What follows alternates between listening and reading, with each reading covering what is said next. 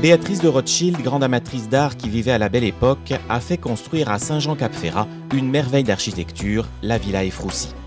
Une époque de faste durant laquelle la vieille aristocratie européenne et certains riches bourgeois se retrouvent sur la Côte d'Azur pour rivaliser d'élégance.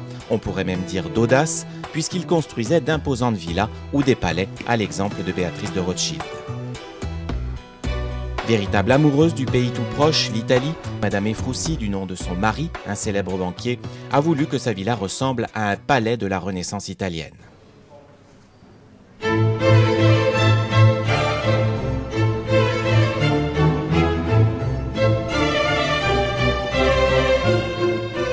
Ce patio, avec ses colonnes en marbre rose de Vérone, que soutiennent des coursives, font immanquablement penser à la Toscane raffinée de cette époque de la civilisation italienne dont elle se voulait l'héritière.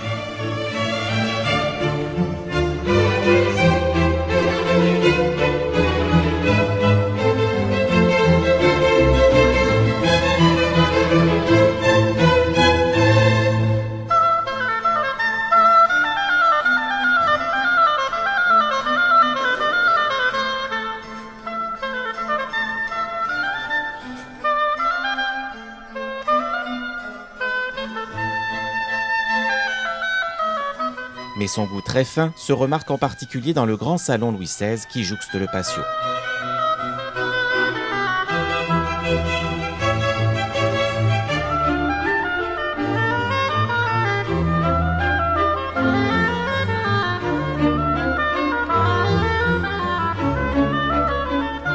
Si des meubles d'exception ornent la pièce, on remarque aussi un jeu très en vogue à l'époque, le tric-trac, que nous présente le directeur de la villa. On a devant moi cette table de tric-trac qui évoque le jeu et cet univers qu'affectionnait Béatrice de Rothschild, puisque à la Belle Époque, en France, le jeu, les casinos sont interdits aux femmes, donc il faut aller à Monaco pour jouer au casino. Et donc chez elle, elle se permet de recevoir ses amis et de jouer des jeux d'argent. Des jeux d'argent, oui, mais toujours dans un environnement d'exception.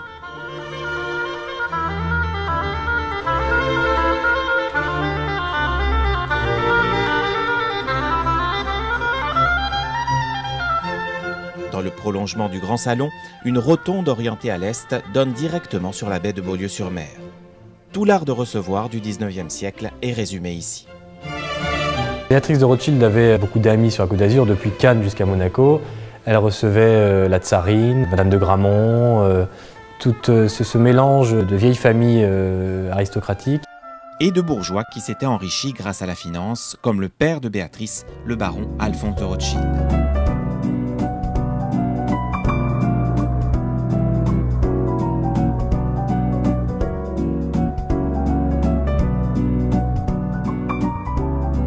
Petit salon de style Louis XV, cette fois, face au jardin à la française, un tableau remarquable trône en bonne place. De style rococo, c'est une œuvre du grand peintre français du XVIIIe siècle, François Boucher. D'une esthétique enjouée, frivole même, cette œuvre célèbre l'art du plaisir et du divertissement, tout ce que devait apprécier la baronne.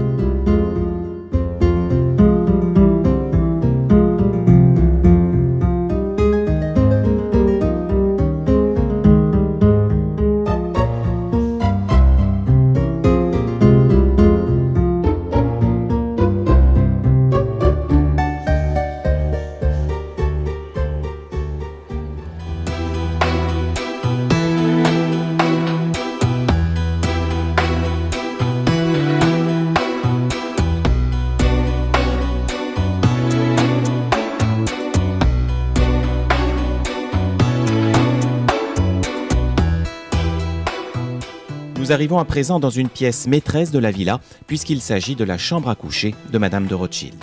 Sa robe est encore là, et un portrait la montre ici un peu ailleurs, comme déçue de quelque chose. Probablement, sa vie personnelle en est la cause. Une femme mariée jeune, à un homme de 15 ans son aîné, qui ne lui apporte pas forcément tout ce qu'elle attendait de la vie. Elle ne peut pas avoir d'enfant, un mariage qui se retrouve un échec, puisque en plus elle se séparera de son mari Maurice Efroussi.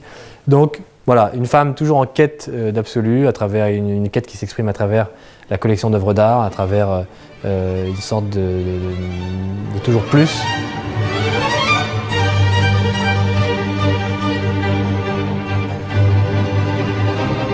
Toujours plus, oui, Madame de Rothschild aime aussi s'entourer d'animaux. Des flamants roses, des singes, mais aussi des petits chiens. Et ici se trouvent des fauteuils adaptés à ces animaux. Elle aimait s'entourer de toute cette cour d'animaux avec lesquels elle s'amusait. Elle a même été jusqu'à organiser une parodie de son propre mariage en mariant ici même ses caniches.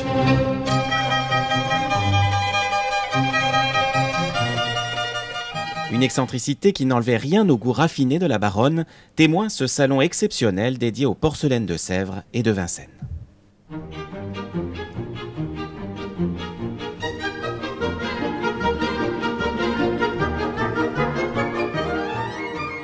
Au XVIIe siècle et au XVIIIe siècle, sous l'action des rois de France, on crée des véritables manufactures pour développer ces éléments conçus pour la réception, pour recevoir ses invités.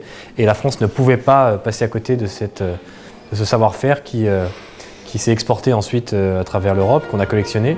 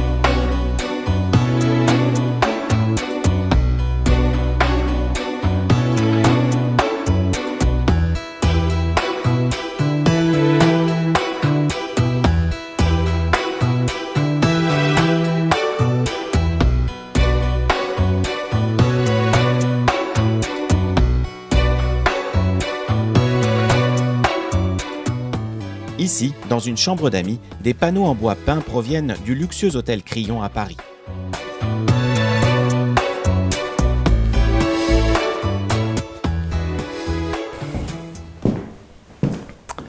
Alors après les porcelaines de Sèvres, les porcelaines de Meissen, qui étaient en fait les premières porcelaines imitant les porcelaines chinoises. Et donc nous avons ces petits bonhommes très sympathiques.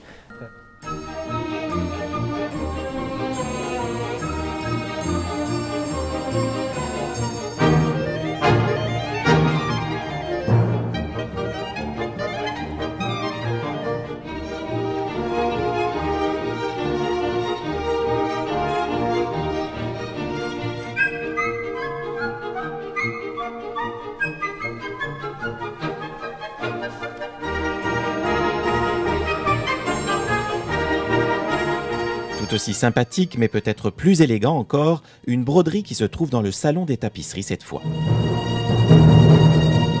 Une œuvre signée Boucher, où le désir se lit dans le regard des amants.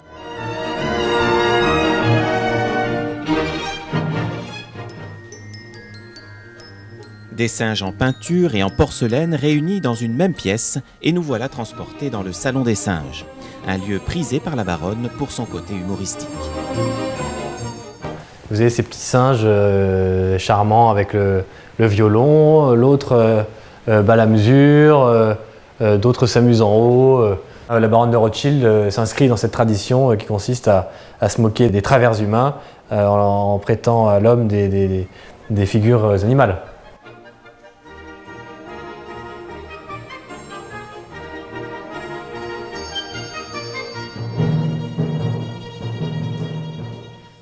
L'ensemble des porcelaines est une parodie de la cour de Prusse de l'époque. Cette petite pièce de la villa est l'expression d'une certaine vision désabusée de Béatrice de Rothschild vis-à-vis des hommes en général.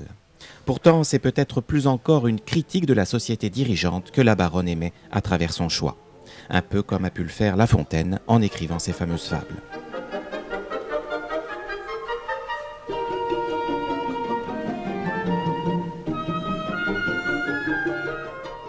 Sur le balcon, une vue dominante sur les jardins à la française fait un peu penser à la proue d'un navire en pleine mer. Un bâtiment dont le pont est évidemment bien mieux arrangé, avec en particulier ses bassins et son temple à Vénus à la pointe.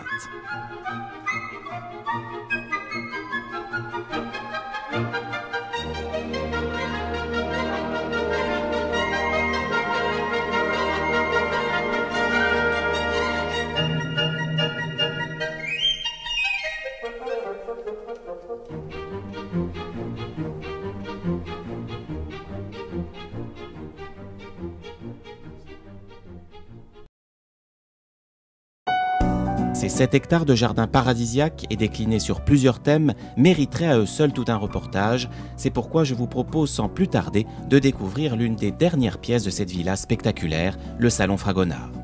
Un salon qui recèle notamment des études préparatoires du peintre.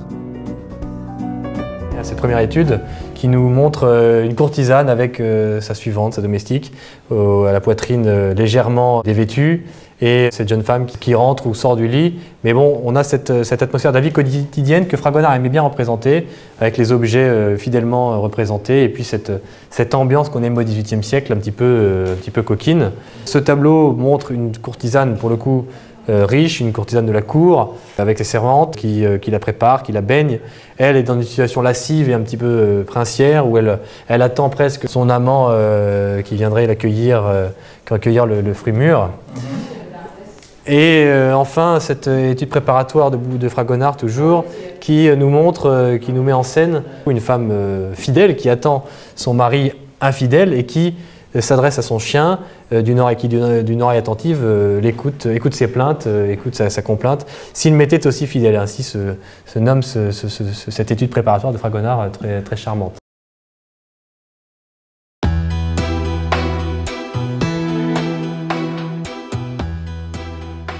Ces œuvres d'exception font toutes partie de collections très différentes, voire éclectiques, qui peuvent sur le coup désorienter quelque peu le visiteur. Eh bien, Béatrice de Rothschild avait son goût et son caractère bien à elle. Elle l'a démontré encore une fois lorsqu'elle a fait construire ici sa magnifique villa.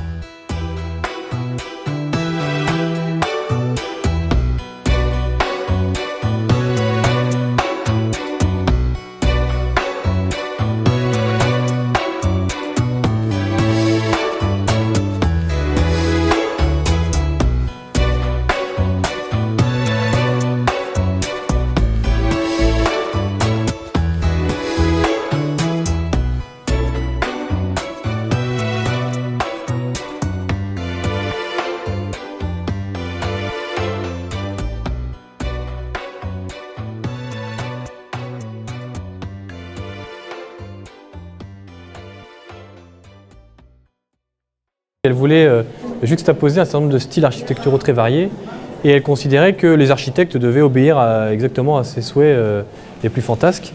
Et c'est la raison pour laquelle énormément d'architectes se sont succédés ici, des architectes très connus comme Laprade.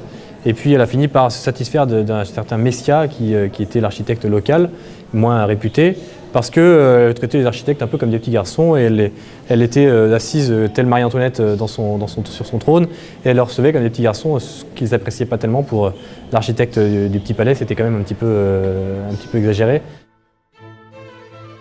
Un peu exagéré certes, mais Béatrice de Rothschild a de la suite dans les idées et au bout de 5 ans de travaux gigantesques, la villa est enfin achevée. Une dernière coquetterie pourtant, partout où c'est possible, la baronne exigera l'application de sa couleur fétiche sur les murs, le rose.